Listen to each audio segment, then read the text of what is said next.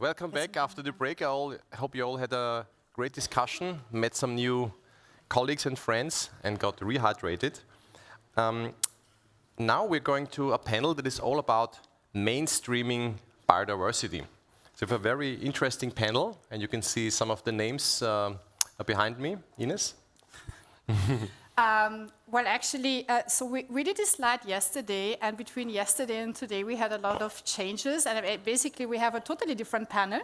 But thanks to this guy again, but one person who's actually really here is Jörg Reinold. Can you please take the seat? I welcome Jörg Reinold is Senior Vice President for New Business and Venture at Wienerberger, and Wienerberger is actually the top brick producer in the world, if I'm not wrong, is active in more than 28 countries with over 280 sites. Is that correct? Oh, okay then. A lot of sites, and we're going to explore a little bit how a brick company that also produces pipes can be so engaged in this biodiversity domain. Also, I'm not welcoming Andy, but I'm welcoming Rainhard on his place, because Andreas called me last minute because he was COVID positive. So his co-founder is stepping in. And a warm applause for Rainhard. So Glacier is not only a partner for today's event, because really gratefully, Glacier brought in a delegation of very committed and interested business stakeholders in that respect. So Glacier has been shaping a movement, driving a movement really. I would call it a movement of corporate activism. Glacier referring to climate topics, but what I hear now that you're now also quite interested a little bit in the biodiversity perspective. And maybe you can later tell us how you build up these movements and really anchor them in businesses. We also welcome Jeroen Dobbelaere. He's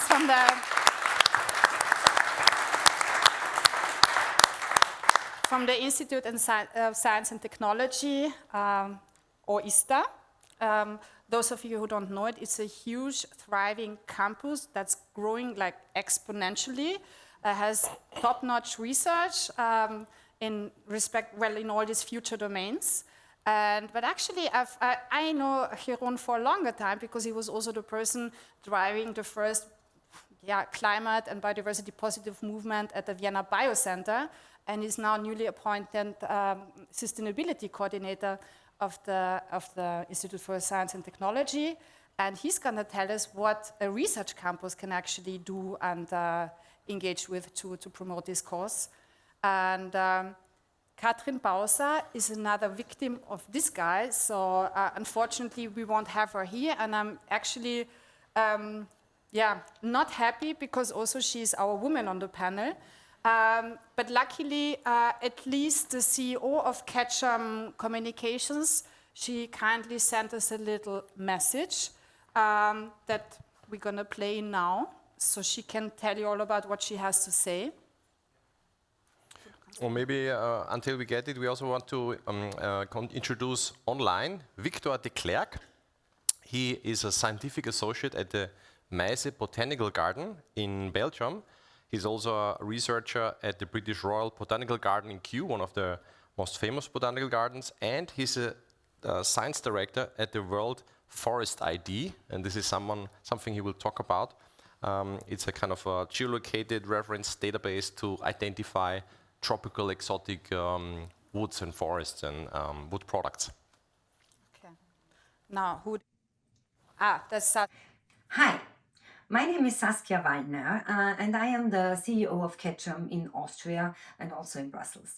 I am very unhappy not to be with you because of sickness and because of a medical intervention.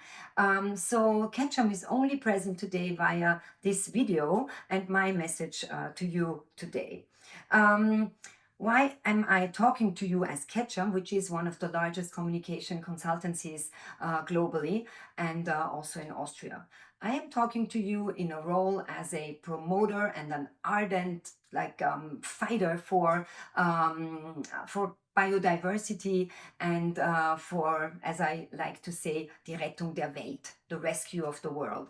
I am deeply convinced that this can only succeed. We can only succeed if we have great communication and great collaboration among different stakeholders from all industries. And together with Natural History Museum Wien, we have kind of followed up on this idea of trying to find cooperation possibilities, communication angles that we could take in order to maintain or save biodiversity. So we did quite an interesting workshop at the beginning of September with about 30 scientists from this beautiful institution and a couple of people from us at Ketchum, and we tried to come up with not solutions but ideas and some fantasy on what could be done with scientists and communication professionals together. And the idea is that, and the core idea is that we believe that communication consultancies such as Ketchum can and should play a big role in this respect in order to promote the cause, which is an important cause. I believe that companies, and we have lots of those among our clients, have the responsibility to engage for a sustainable future. And as I have learned in this cooperation, biodiversity is super important for this. So I'm thrilled to continue to be part of this project, make communication a success factor in the promotion of biodiversity. And next time we'll be with you again in person. So good luck for today and have a great session. Thank you. Excellent. So we're going to have asked our panelists a couple of questions. So because Katrin is sick today, as Ines mentioned before, she encountered the dark side of biodiversity, the microbes and viruses. But Ines will jump in if there are any questions directed to something related to public relation companies. Then Ines will, hopefully in place of Katrin, try to answer the question. So, and then also you will have a chance to ask some questions. So maybe if you have already something in mind, you have the ability to shoot at our panelists. So maybe we start with the first round. Yeah, and we also still are missing a remote connection. Yes, exactly. Again to Brussels. So Brussels is today our direct lane, it seems. With Victor Deklerck from Meise Botanical Garden. Yeah, while we try to bring him in. While we try to bring him in, I think we can already start. I think now it works? Yeah. Yes, we see Victor. Applause. Especially happy that Victor is joining us today. Not only that he also stepped in for another colleague who was sick, Steven Janssen, but also because he's actually our taxonomist on this panel.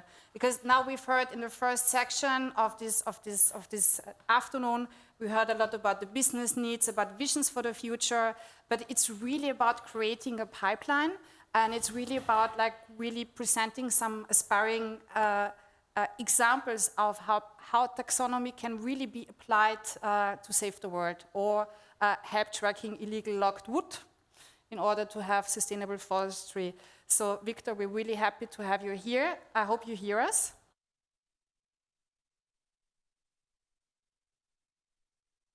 Image.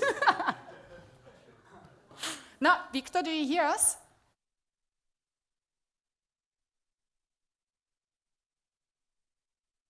Okay, we'll try to solve the technical issues in a minute, but maybe we start with an introductory round. Yeah. Maybe our first question is directed to Glacier. Would you introduce Glacier, what it is, and what is your perspective on biodiversity and business? Thanks for having me. Hope that works. Yeah. Thanks for having me. So sorry that Andy can't be here with us today. I'm one of the co-founders. I started the company a bit more than 3 years ago because of making a positive impact. My background is actually not in science or biodiversity per se, but I always tell people that I grew up partly in a forest, which sounds a bit funny, might be, but we own like a small forest in Corinthia, and I worked there part-time every weekend when I was young, and you get a lot of input through that. You realize that a bit later because it's quite boring. And when you do that, it's like, okay, you would like to play with others, but then you see what kind of knowledge you get through that. And we have seen that a lot of things are changing.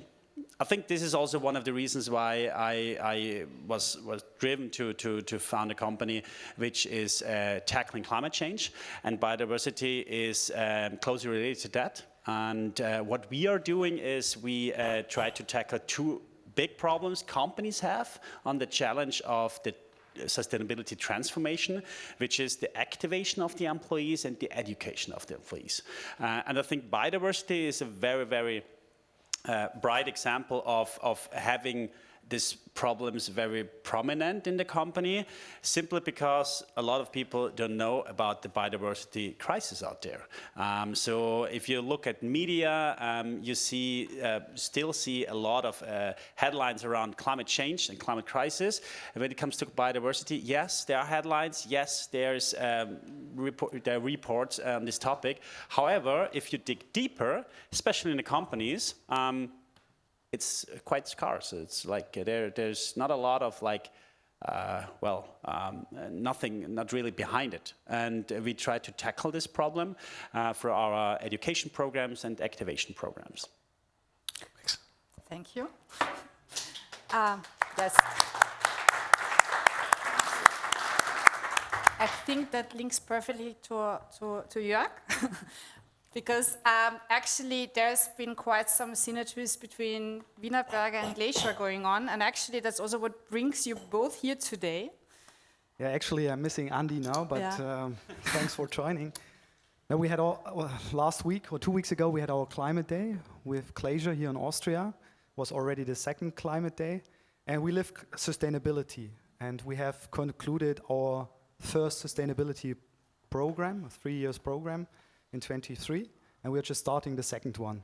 So for all of you who don't know, Wienerberger we are one of the largest provider of building and infrastructure solutions in the world.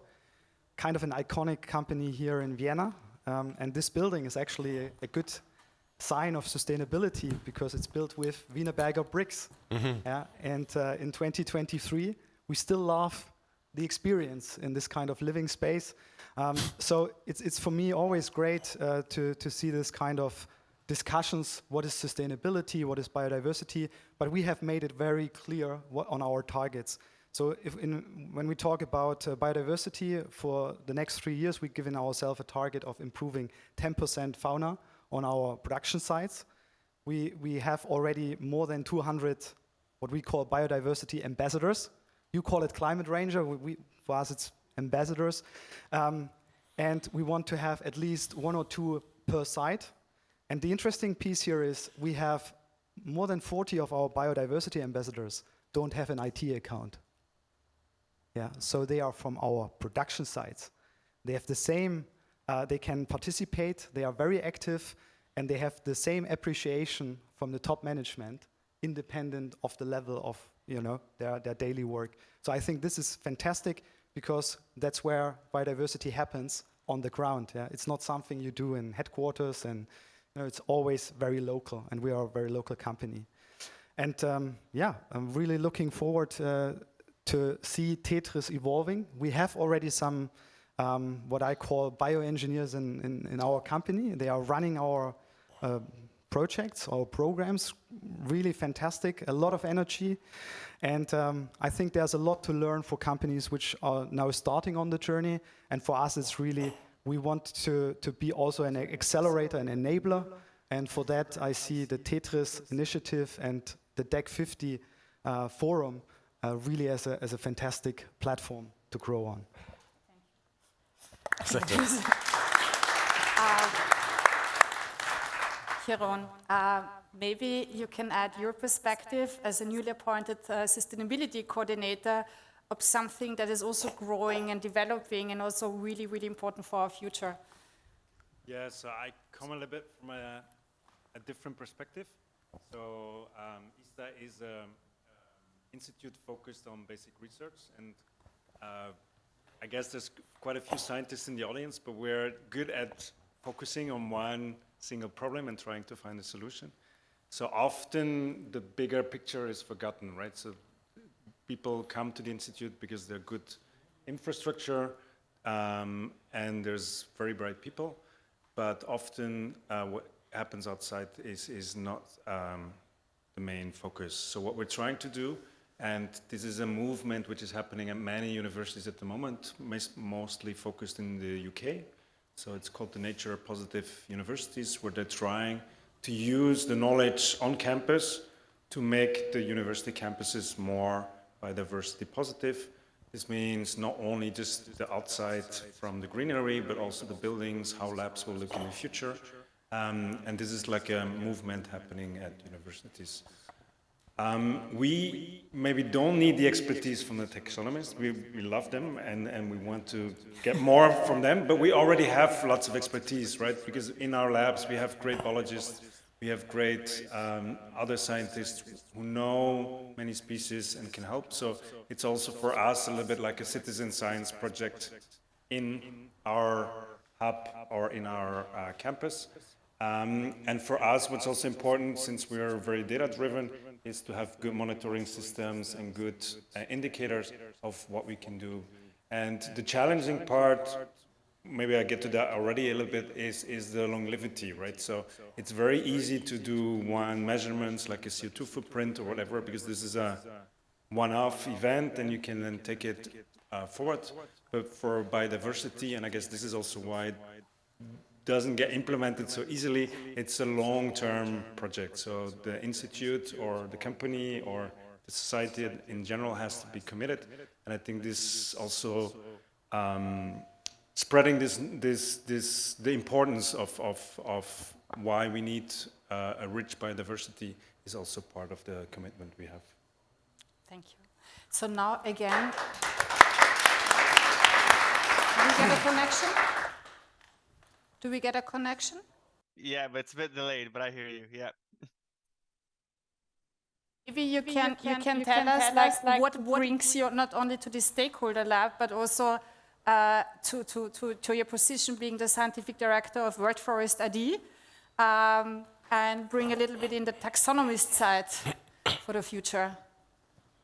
Yeah, definitely. So with World Forest ID, we try to create the world's largest reference databases of timber, soy, cocoa, palm oil, rubber, and so on, to detect illegal logging and illegal deforestation. So on the timber side, our taxonomists and the taxonomical expertise is crucial because we cannot build any machine learning model without, oh, now I'm seeing myself,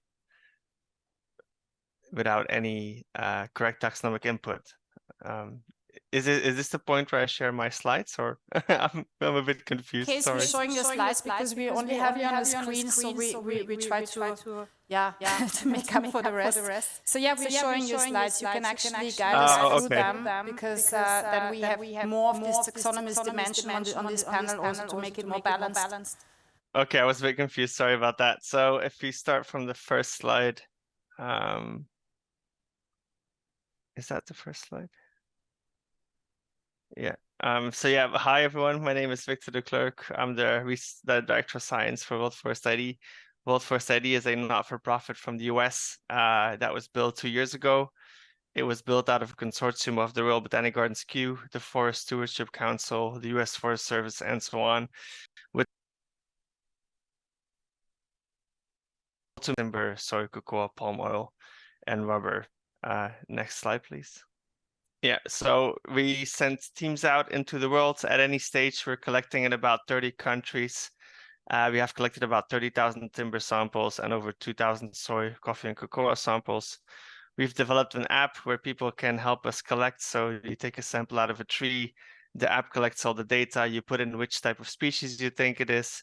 We also take a voucher sample, and this is where the taxonomists come in. Those voucher samples go to botanic gardens around the world, and the ground data gets treated by them. So any taxonomist checks our samples to make sure that we have the species identity correct.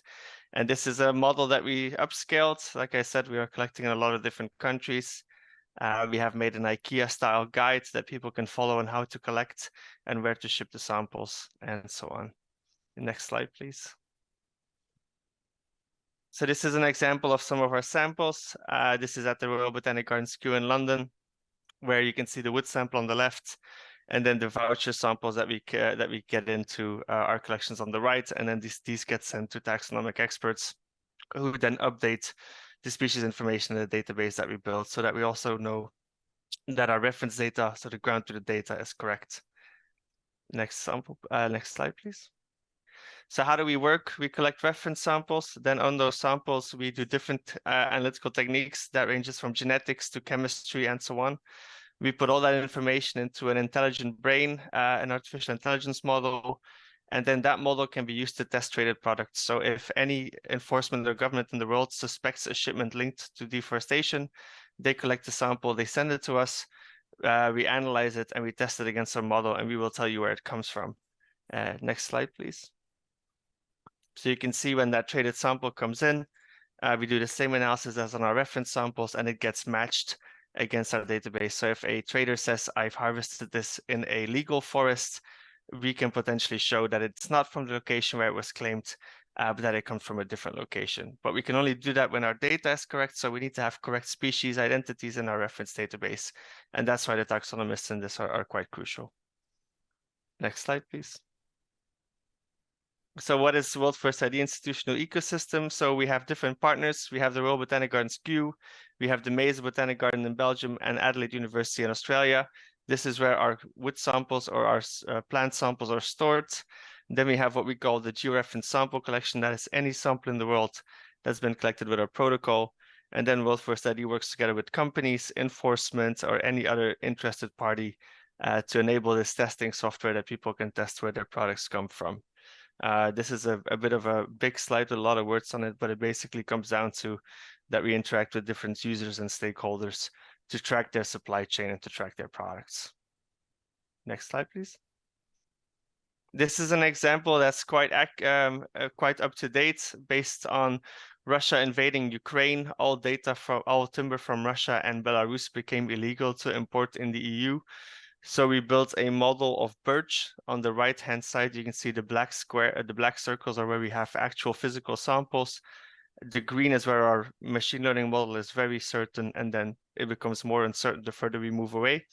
And then the example on the left and in the middle is where we take a sample out of our data set and we predict where it comes from, and then we add a 95% confidence area.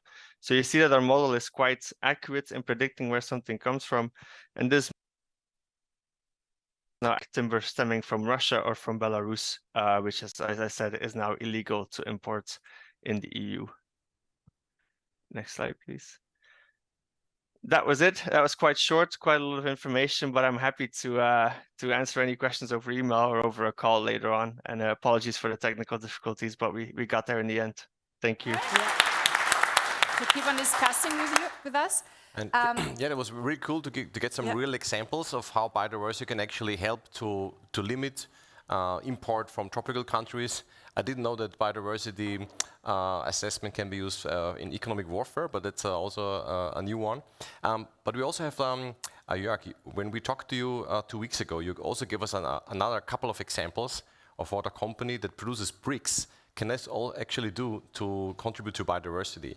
And it ranges from the sites you have, it ranges from the products you make, the different bricks. Can you tell us a little bit about all the things you're doing in terms of biodiversity?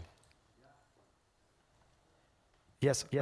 Actually, one thing, of course, is our production sites. I think that's pretty clear.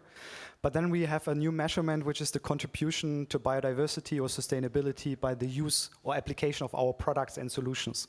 Just one example, we have a drip irrigation system for agriculture. And there we can see that... Oh.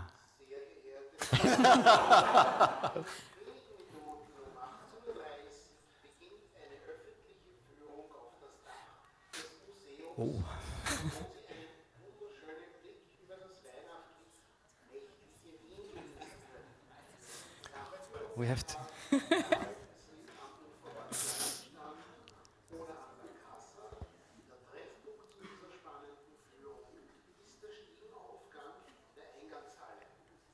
No, we have competition. Not to forget we're in a museum, right? Yeah. So there's a little reminder. Sorry for that. And there it's all about how to use less water in agriculture irrigation, for example, right? And we can measure it. We can see it's the effectiveness of the solution. So for us, it's really important. It's becoming a part of our business, but we also need to educate our customers or partners how to also explain it to their customers or partners, right?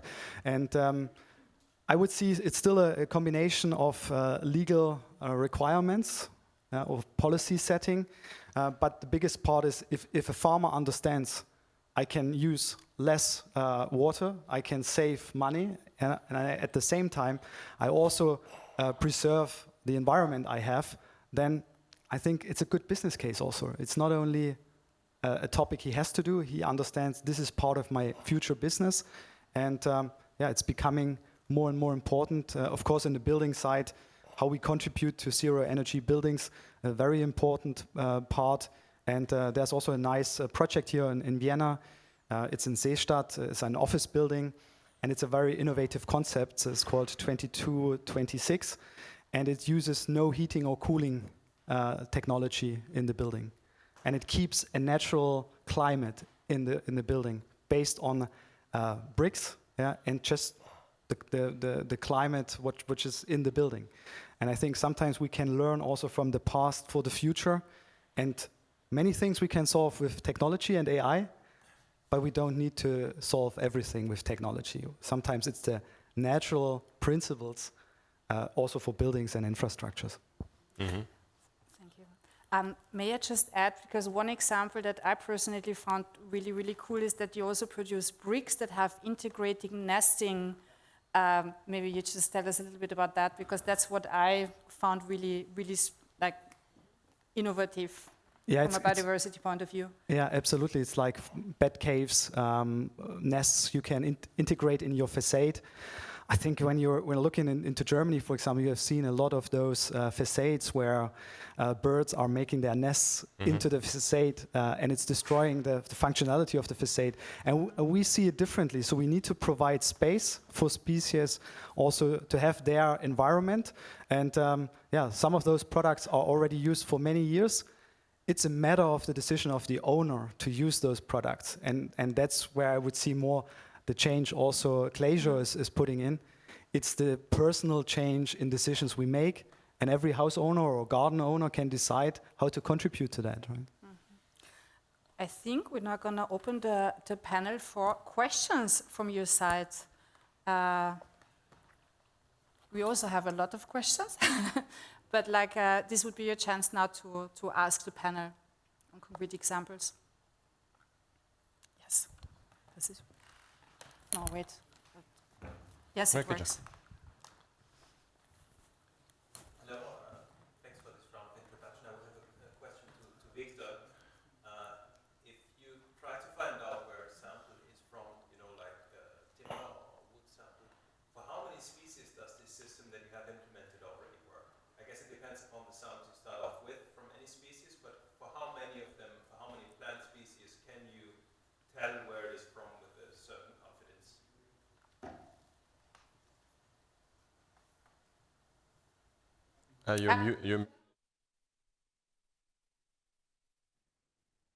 Hello.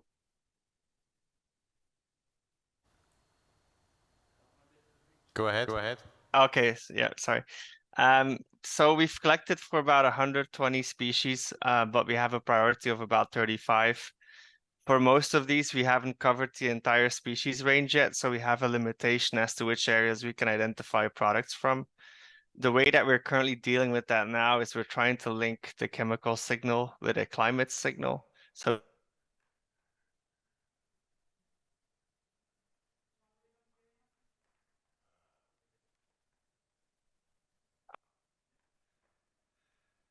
somebody's muting me, sorry.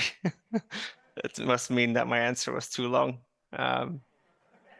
So yeah, like I said, we don't have data everywhere. For a lot of species, we've covered quite a big range. We're currently working with multiple governments to collect samples in every country where a species occurs so that we can have a full range map.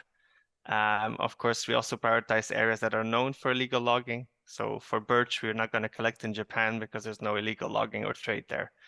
But it's a system that we build on, and we hope to have full species ranges in a year for the top 10, top 15 most traded ones. So any more questions? Yep, sure. Second. Just continuing the same thing, Victor, I would like to ask you, are you aware about the work that is being done in the US, in the Ashland, because they are trying to track illegal logging, and they have also a database for most of the countries in the world with the identification? Muted.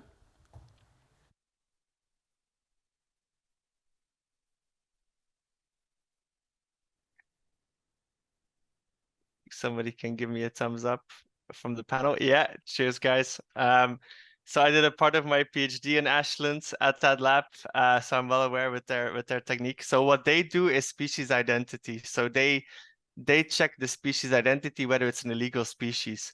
What we do is where something comes from. It doesn't need to be an illegal species, but it's purely about location. Because the illegality of timber is determined by two key questions. Is the species illegal, or is the area where it comes from illegal? And Ashton focuses on the first question, and we focus on the second question. But we have worked closely with them together, and as I said, I did a part of my PhD in that lab, so it's a great resource to fall back on, for sure. There's a question here.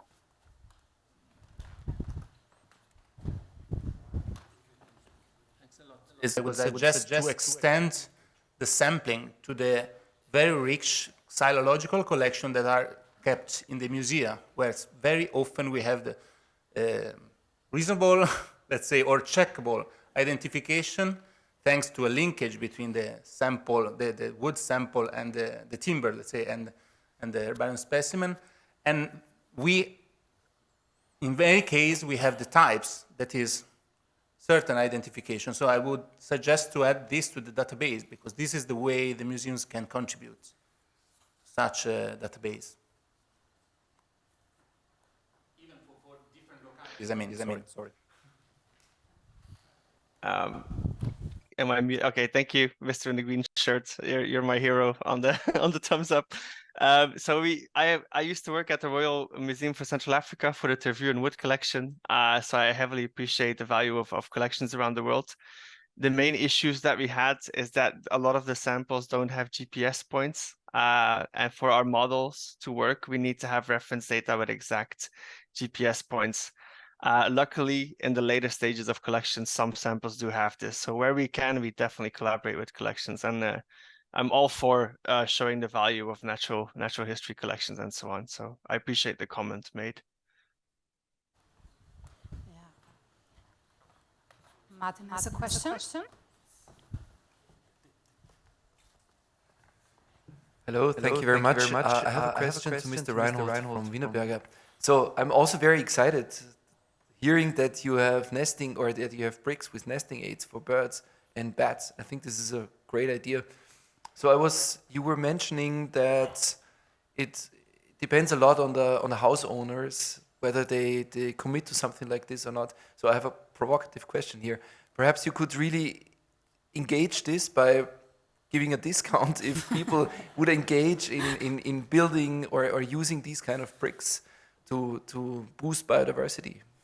I think there are, let's say, good funds or supports for renovation, for example, right? I think we have to educate more on why this is important. So we try to do more, of course, and this is also why we are engaged in what we call social business activities, that people understand what is the need of certain applications and how can they make a difference. So it's not about the price, actually. It's not they are not the most expensive part. It's the same if you have a garden, right? You can keep it a very natural garden, or you can make it very artificial and you pay much more money. Yeah? So I think it's the changing mentality and the way we look at things, and that's where we are quite active already. But of course, sometimes it's also in the US you say the neighbor. You look at the neighbor, and if the neighbor has stone garden, of course, then maybe you tend to have also a stone garden. So I think it's society change, and what I can say though is that we see the change is happening. It's not something which is a small movement. It's becoming bigger and bigger every day, and people are more aware why this is important. So I think we have a next question just up here. No question, but just a general comment. Yes. I'm really, really thankful for your contributions here. This induced some optimism, I would say. I have to admit that I was a little bit desperate, specifically after the first talk that was far away from taxonomy, far away from biodiversity, just business and exploitation of, let's say, biodiversity or the term biodiversity. So this is something real. You showed the engagement we would wish that companies have. You are eager to learn, and you are eager to teach your employees. Nothing better can happen, and I hope this will go on. The expertise is here at the museums, and not only in the NHM. You know that many representatives of other museums are here. So the expertise is there, and we would like to keep in contact. This is a good way, I think. Thank you. Well, thank you for your comment, Lizzie. More questions? Yes, Eva? Yeah, thank you very much. So my question goes maybe most to you, Mr. Reinhold, but also to the others. What is the main motivations of companies, like, for example, producing companies, to care about sustainability, to invest in biodiversity? Because I can imagine that it is mostly costs at the beginning, and that it's really, it's a lot of effort to achieve this transformation. What's really interesting is, I think it was 2 years ago, somebody joined us, was also with a university or science background. And there was an interesting discussion that the young lady said she joined Wienerberger because she can make an impact. Yeah? She could also go to climate activists on the streets, but she said, no, I have learned a lot of things, how I can contribute. And so for us, the biodiversity internally is, of course, about our sites. We have always done, let's say, sustainability initiatives. If you look at the Wienerberger here in Vienna, it's a recreation area. So it's all the people on the sites were also asked how to change the sites. So it's also, they created also recreation areas, or how you call it when you make a break, during the day. So they made their mark. But then it's for us, of course, supporting biodiversity on our lands, on our sites, and it's we take land from the ground, and so we take also how you say that? It's our Verantwortung, so our responsibility for doing that. So it's really getting our sites ready and up for the future. The second thing is, if we look at green facades, for example, we know that cities are more resilient if they have trees, greener facades, because the cities are not overheating too much. So, and we need to learn on both sides, right? We learn from our own projects, which can help us then on our application fields for our products. So, and I can really tell you, if we talk to some cities in Scandinavia and Copenhagen, for them it's pretty clear that 80% of new facades have some kind of green part going with it. That doesn't mean that it's all full of species, but it has a certain way of how you use certain natural aspects in the building site. Yeah? So it's really changing us internally, but also helping us to understand and better provide our solutions for a more sustainable city and environment. Yeah? So it has also a business impact, which is very, very significant. Yeah? Can I maybe add something? There's also the social aspect, right? So it's known from science that people feel much, or the well-being is much higher when they see trees, or when they have for lunch 30 minutes to go in nature. So I think it's also, we see in lots of business people dropping out with burnouts or other aspects. So I think we need to make these connections, not only from a very specific topic from biodiversity, but connected to how society is organized, how we can make people, or also recruiting, right? people to not just work for our company or for our institute for 2 years and then be completely burned out. It's a long-term project, and these, I mean, I'm like in the exact science, but also the social sciences bring so much data and so much information that it's a very important aspect. So if there is any way we can incorporate it into a business, into a research institute, I think this is just going to help us to do the work we want to do and like to do. And this is just a very small investment in getting this on campus, right? So I think the investment actually is not that big. And maybe 2 observations from our side, since we are in contact with a lot of companies and we partner with them. The one side, I think, is the business model and like the continuation of the business model and the future, like the future-proof business model. As you mentioned, maybe this will be the standard product in 10 years or 5 years from now. Now it's kind of like something new, and then you say, well, this is kind of like the regular thing you sell.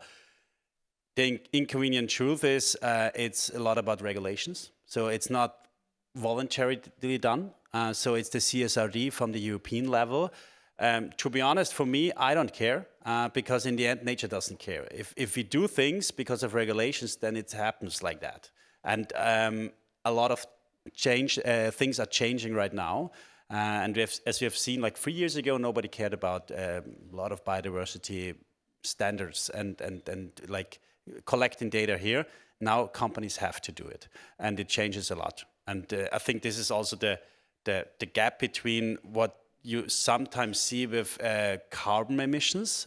So you had to report on that earlier sometimes, and now we are lagging behind a bit with biodiversity because there's a gap between the reporting years in practice.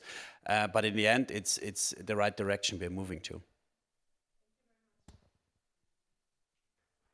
I have likewise a question. I don't know exactly to whom. Maybe it's better to just ask you the question. I had the feeling the pilot, I would say Wienerberger is something like a pilot in looking for sustainability. And my feeling is that in this pilot phase, it's going top down. So there is a decision on the top of the company, and they decide for going to more sustainability. And I don't know how can we change the system that it's not necessary to make it top down, but that we can change it to be it bottom up, because maybe it's because I'm a revolutionary biologist. I like that. Let's look at it, how it goes in practical. When we did with Glacier the Climate Day, there was a possibility also for people to raise their hand and say, I want to join. And we got people in our plants who raised their hand and said, I'm contributing. And we didn't stop that. We didn't say, oh, no, you're not allowed to do that. So there is already, this movement is there. And I think that's also to what the question was earlier. We are much more looking at the talents of people. And if people are excited, they want to change something on their local working environment, we need to support it. So I would say it needs both sides. It needs a clear commitment top down, but it needs also the flexibility and freedom to contribute. And I think this is a cultural thing, especially if I may say here in Austria, that sometimes you still have to change also this flexibility, that you give people space for doing certain things which may not be 100% part of their job description. But they are so important, and we see it here in Austria with Glacier. It was great, and all our plants were participating. And again, some raised their hand and are contributing, bottom up, with no IT account. And I said that because sometimes people say, okay, it's all the people you reach through technology. No, they are getting inspired by activities or by being part of Climate Day, but they are not getting every day an email saying, oh, we are now changing, and by the way, think about it. So there's this fundamental need, what I see in the people, they want to contribute, and it's coming, and companies need to provide the space and the support and the enablement. And that's where our taxonomists, if I call them like our bioengineers, they are helping the local teams. If they wouldn't be there, so that's why the taxonomists are so important, then it would be difficult for somebody who has not that knowledge to understand all the species, to fulfill the questionnaire, and then to help monitoring the sites over a longer period of time. Yeah, so you need the expertise as well. Yeah, fully agree with that. We've seen that it's definitely a culture thing, and it needs both sides. So top level commitment, top management, definitely, because this is vital to really be successful in the end, but also the bottom-up movement. And what we have seen is, sounds a bit funny, but most of the times we tell companies, hey, come on, ask your people, ask your employees who would like to volunteer, who would like to be there and drive the change. And most of the times we hear, well, like the Austrian words, like, wo kommen wir dahin? When we ask of the people, and this is exactly the thing. So if the company is there to ask their employees are there. Because it's not like something really unpopular. If you ask people, hey, should we do something for the planet? They are in. Not saying about 100%, but it doesn't need 100% for the beginning. It's about the 10%, the 15%, the 20%. Maybe it's just 5% in the beginning. But then you start this movement and will be eventually successful if you have both sides, like the top level and the grassroots or the bottom-up movement. Can I add something? Sorry. Since I'm working at universities and research institute, our workforce is quite young, and there it's quite obvious that they just demand it, right? So if people want to recruit the best talents, this will be a topic. And I give a course since 7 years on sustainability at the university. The first one, like 2% said they select the university because of sustainability. Now it's 20%. And this will just increase. So if you want to keep motivated people, this will be a part, or needs to be a part of your business model. So. I think we have one question from Astrid Kaltenberg, and then from Nicole Unger. Does it work? Does it work? Yeah. Yes. There's one thing that I wanted to add then also to you, because I think biodiversity is everything, and everything is biodiversity. And we saw it today because I think we had great lectures at the beginning, and it helped, and also now in this discussion round, because we see it in all areas, whether it's economics, it's also academia, but it's in the oil industry, in the health industry, in all kind of industries it's important, but it's also important that the biodiversity in our private and social life, because we also thrive when we surround ourselves with different people.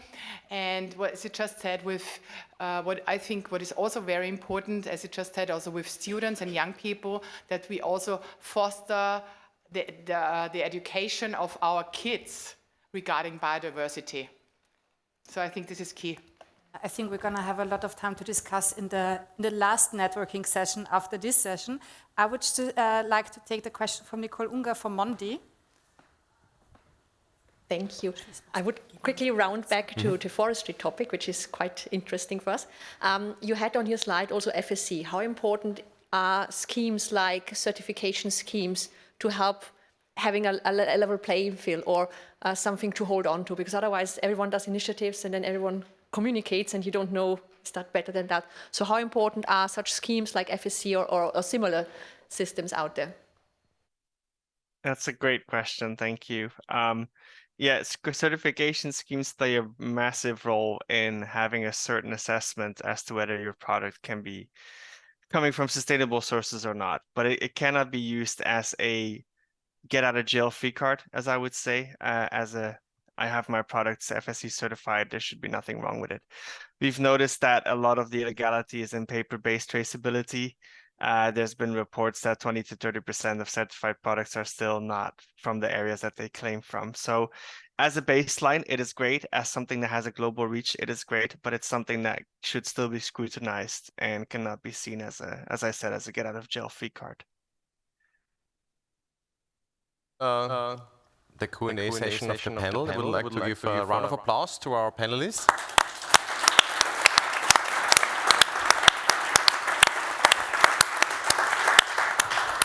So, Jörg, please keep seated. We are going to invite you also to our next program point. And yeah. And now, Ines is going to change her hat. She has been moderating today, but now she's jumping into a different role, namely as a presenter or as a driving force behind the Taxonomist in Residency program. I have to say that this idea of a residency might have been inspired by the artists in residency programs around the world, and we at Biofaction also have been involved in that. Namely, we select scientists and artists, see if there's a match, and then invite the artists to spend a couple of weeks or maybe months in a laboratory to learn what the scientists are doing, to get informed of what's going on, and then later on, the experience in the scientific lab influences and inspires the artistic work they're doing. So I guess that the taxonomy in residency is something along the lines, but we're going to find out. So Ines, there are some more guests you would like to introduce? Yeah, I think just like to comment on your little intro. So indeed, yes, the Artists in Residency program was something that inspired us along our stakeholder engagement activities. Because what happens today is basically the culmination of our stakeholder engagement activities over the last 12 months. There was many, together with Isolde Gottwald, who was also in the team. We were basically out on a mission to link with people, to find new synergy between business and biodiversity, and especially in regards to fostering this new generation of taxonomists. Because we really had the feeling that here we had a very educated and very woke and aware and committed panel. But in the course of our activities, it was not always like that. So many people that were lacking the basic terms. So there was a lot of educational activity behind. So what do you think a biologist could actually do for your company? And we thought about it to offer really a program, a low threshold and super flexible idea to actually really host a taxonomy in your company. Similar like the Artist in Residence program, there is basically fruits on both sides. It's like an inspiring collaboration because as we learned today in many talks and lots of discussions, there is definitely synergies to foster in the future, but now is really the time to support this training and these like innovation activities of this future generation of taxonomists. Maybe if I get the next slide, that was basically the core message. We should pave the way to make it possible to host a taxonomy in your company, at the core of your company, inspired by a residency model. So it should be flexible. The company should be really be able to determine specific foci. For example, a pharmaceutical company, for example, would probably go more in the direction of open innovation and maybe really develop pathways that in 20 years will be very relevant for all of us. And then other companies, maybe they have a lot of infrastructure, maybe they need tracking, monitoring, maybe it's all about awareness, because then we also figured out in these kind of conversations, Severin, next slide, please, that there's also something in for a company, meaning obviously raising awareness, being part of a movement to promote the importance of biodiversity, but then he also offers something to employees because, I mean, as we heard today, apparently you have many independent and you said people without an IT account, right? So, yeah, not office workers, but like if you think about it like this, I mean, this could be something for your employees, their families, or the neighbors of the company side, just like to get everyone on board. Obviously, in these days where it's hard to get new employees, it can also relate to employer branding, of course. Same with community management, and the idea behind it, or why you should do it, is because it will really help us to promote biological taxonomy at the business core, and at the same time strengthen the profession by enabling applied taxonomic work. And I would like to welcome someone here on the panel, and I know we've been a little bit over the time, but I hope it's still fine.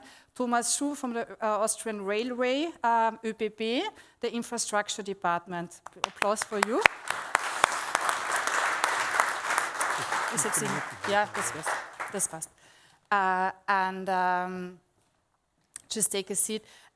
With Thomas, there was actually in one of our interviews that we led in the course of our task 5.1 for this European project, we had this longer discussion, and then we had the feeling that this idea, like really to have a taxonomist at the core of a company, could be really something useful. And there is along the pipeline, you know, right now is really the time to bring this pipeline into practice, to really develop use cases that could be applied and that could serve as a model to be implemented, hopefully all over Europe.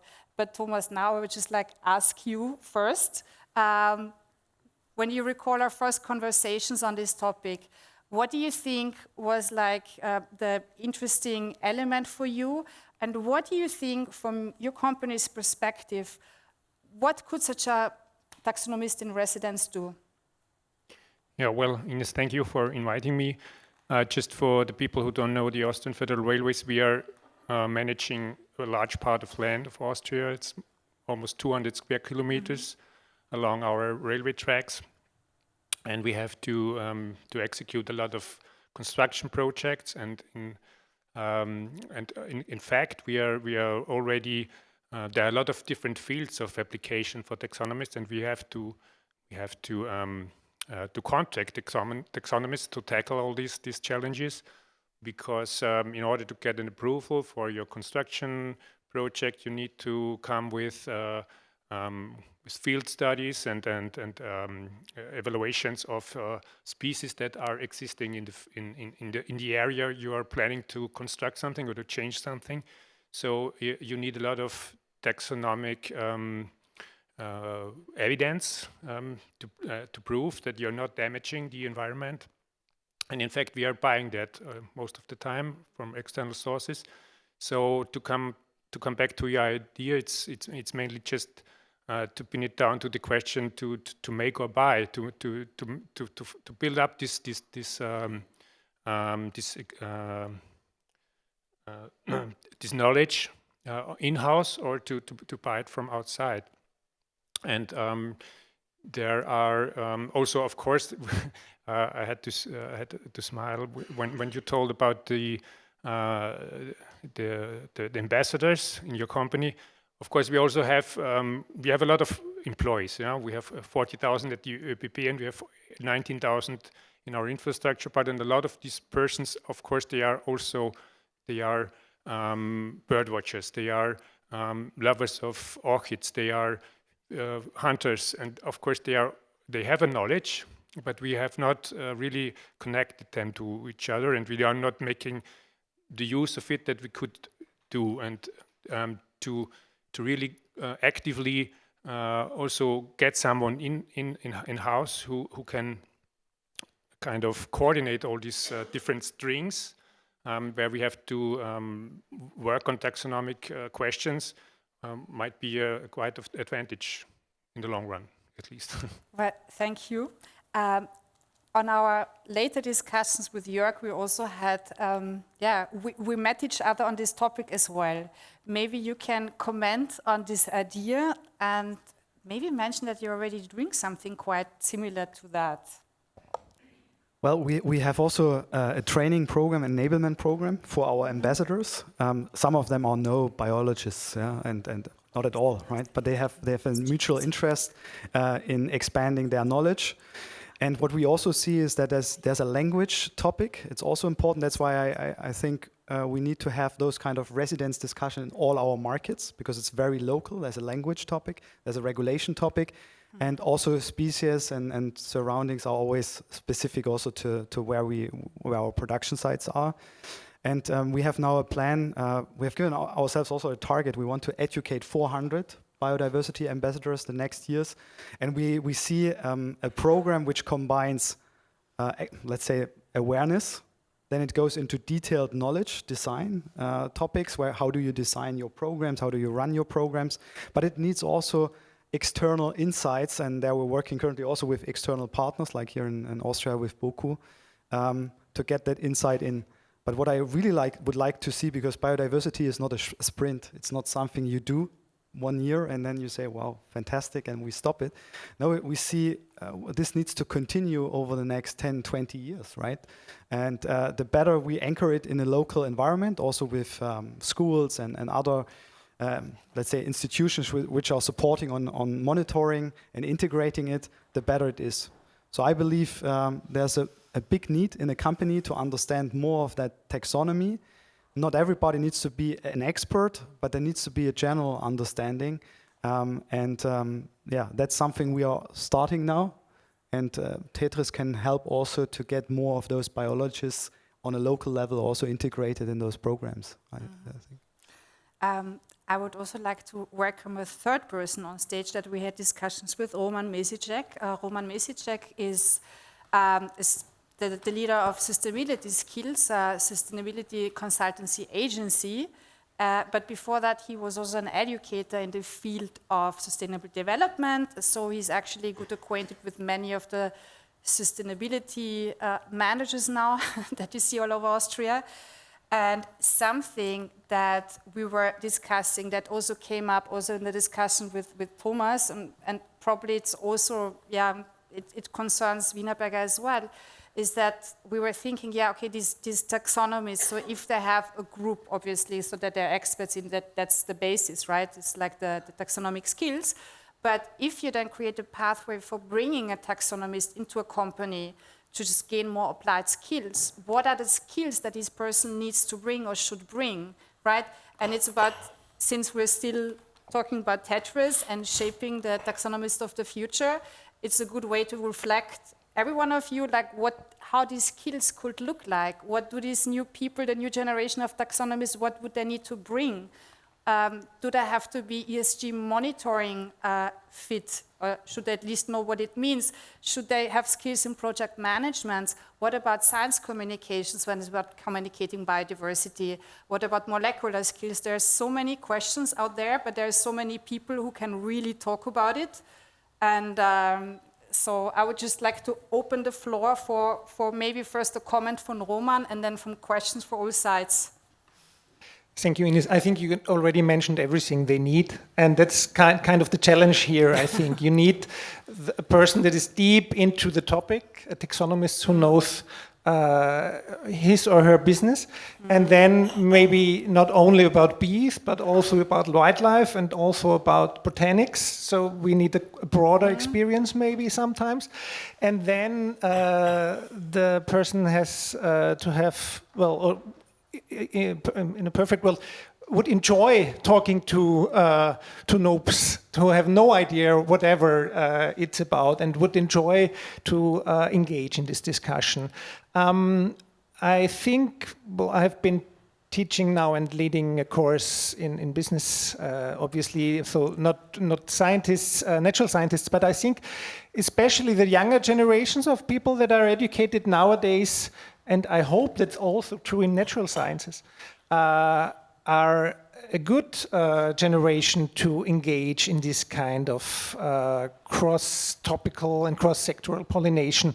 And I think it's interesting to stay for a month or a week or a year, one day a week at a company and engage in these discussions. You remember, maybe I said maybe they want a professor in residence, then take me.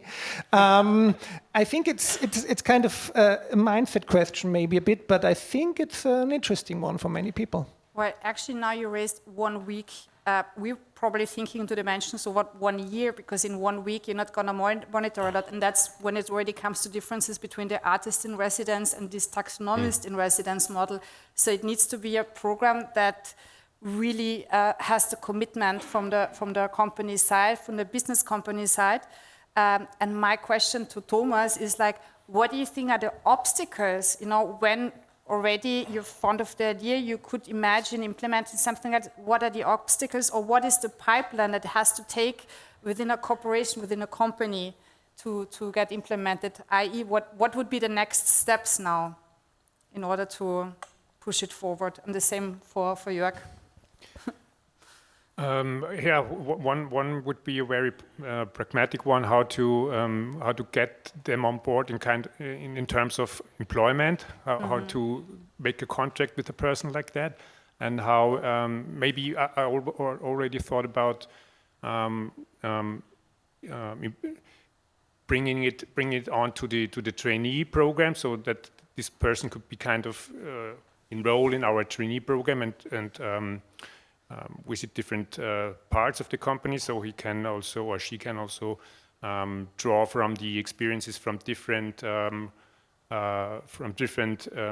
application fields. Like we of course also have not only construction, we have the operation, we have energy supply, we have real estate. So there are many different fields where you get into contact with biodiversity issues.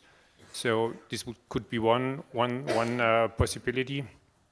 Yeah, but as you also mentioned, the requirements, or also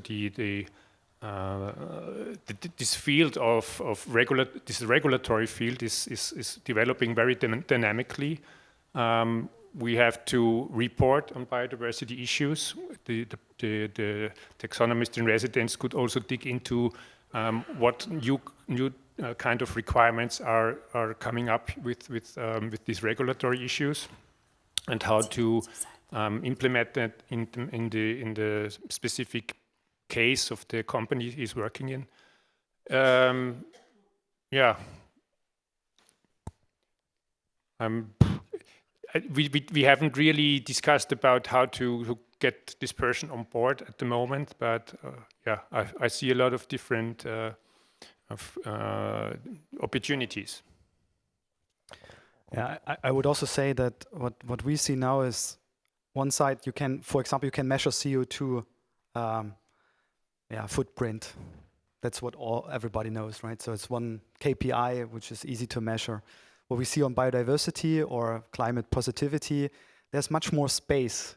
So it's space to define it, how to monitor, how to prove it. But we all know, like auditors and regulators like to also then, spend more time on auditing than really getting things, going. Sometimes we have to be careful that it's not overcomplicated. But I see if there would be a residence program, which is also showing different parts of the company and different industries, and kind of looking into how we can get common standards, not too narrow, but that there's a common understanding, that would help a lot.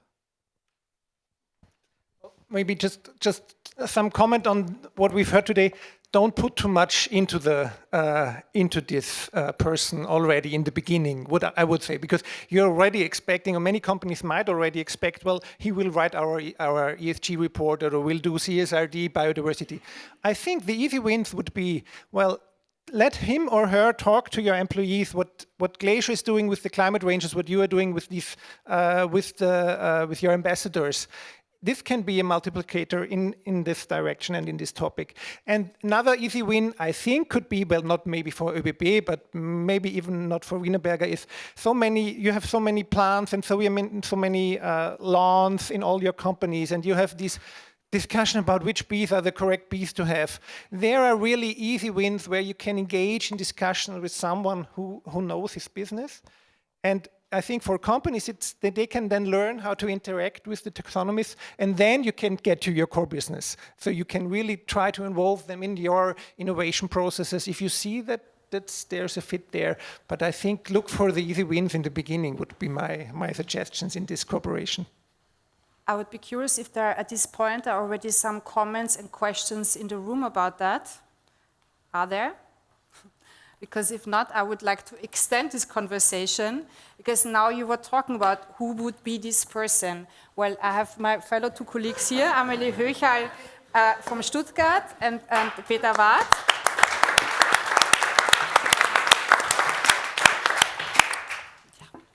And Thomas Schuh has another appointment, so we're going to have a big applause for him. I'm deeply sorry. Is it working?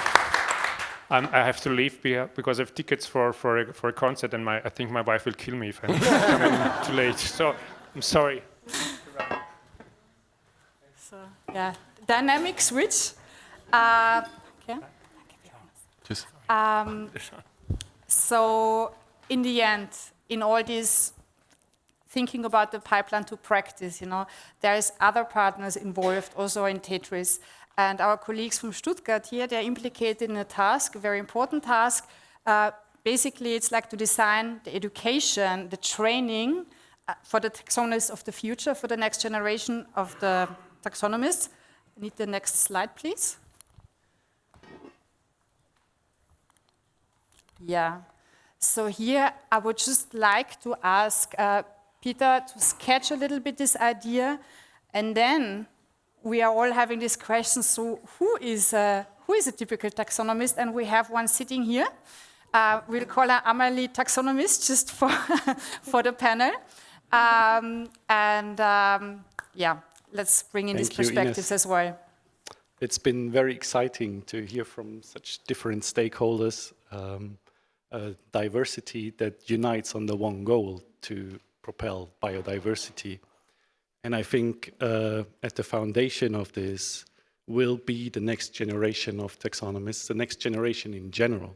So we will have to invest in people, in their minds, not only technologies. We have to really form the minds of integrative personalities for the future, because they will continue to explore the paths that you are leading and opening up today, and they will hopefully supersede you. I hope you don't take that bad. And the CTAF community has been working on renewing and updating curricula in the past, and to put an effort to shape taxonomists in the past. And now is the time that we have the TETTRIs project as a brilliant umbrella to do this together in one network. And as Ines already mentioned, we have the example of the current generation, the latest generation here. And I hope that we will together be able, not just CTAF, but also companies and societies together to form the next generation even better and to continue to do so. Who are you? Who am I? Hi, I'm Amelie. I'm a taxonomist. I research wasps, not the big ones that you probably know, but tiny, tiny, tiny black dots that you might not even see. It's very exciting. We all talk about pollinators, but I could tell you a lot about parasitoid. It's like such an exciting group. But I'm not gonna spend that time right now. You may ask me about it. I'm very excited about it. And I'm also very excited about all of the things that I heard today. And I think I can take this point to speak for the next generation of taxonomists. I'm still in training, so I'm still interested in that, but I'm also part of TETTRIs, and the part of TETTRIs who's trying to come up with skill sets, with like courses, which topics are important for us, for people like me, to contribute to companies and to be in the dialogue. And it was very exciting to talk to some of you during the networking break. And we already came up on some of these issues, like the language issues, for example. It was very, very exciting for me. I say I'm an entomologist, but what is that? I'm a person that studies insects. So it's the basics. I'm so curious about this. And thank you so much for being here. And actually, because of that, I have something to ask of all of you. We made a little survey as part of our work. As part of our work here today. And once the session is over, I will be outside of the door, and I would ask all of you, because we heard some examples here, but I see that there's other businesses, other companies here. What do you think could I bring to your company, and which skills should I bring, and which perspectives can I bring? And how can we teach this to people like me? This is kind of my call. I need you. Thank you so much for your time.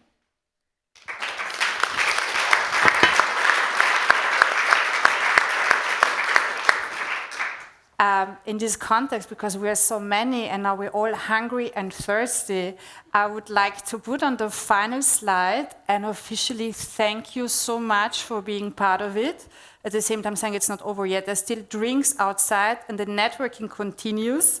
And it would be great if those of you who haven't filled out this service, please do so now. You can simply do it with a QR code on your phone, or the nice colleagues will go around with the tablets, because it's really crucial for us that we have such a multi-ecosystem of stakeholders. We should exploit it a little bit by taking data.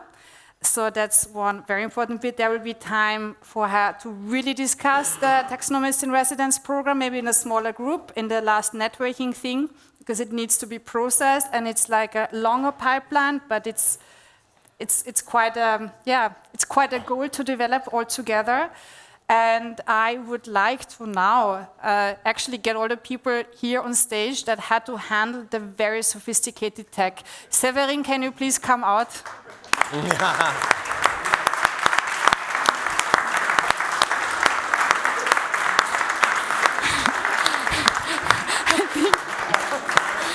It always looks so easy, right? It always looks so easy. Like, I was really happy to be here on stage talking to you, moderating, and not being in there handling all these diverse interfaces and dealing with non-precedented technical issue. A big thank you, Severin. Seriously, that was amazing. Yeah, the hiccups, there is nothing you can do for that, so thank you. I would like to get Isolde Gottwald on stage, and also Laura, if she can. So,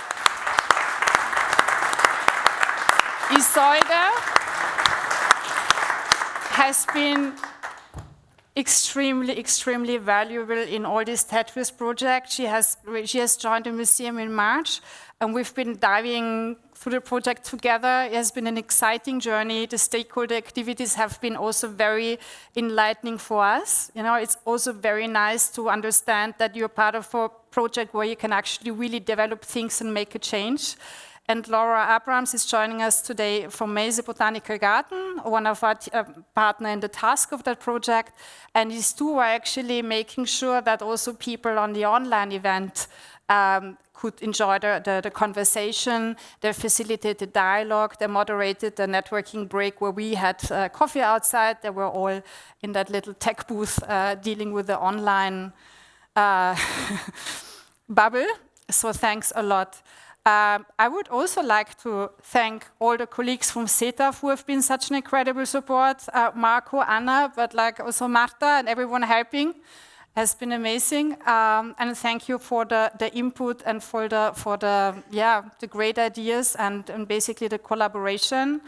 And a very big thanks mostly to all of you, because there has been a very intense afternoon. There has been a lot of input to process. We are aware of that, but that's the way a stakeholder lab has to work, because we just have a lot of topics and we have to dig a little bit deeper. So thank you for your patience. Thank you for being willing to mingle with a group that usually is not so much part of your usual group. So we know it's challenging, but that's what society needs these days. So the last applause goes to all of you. And therefore, I would like to close the official part of the TETTRIs Stakeholder Lab and invite you all to the informal and drinks. And last but not least, obviously, thank you, Markus, for being my co-pilot for this afternoon. Thanks a lot. It's been a pleasure.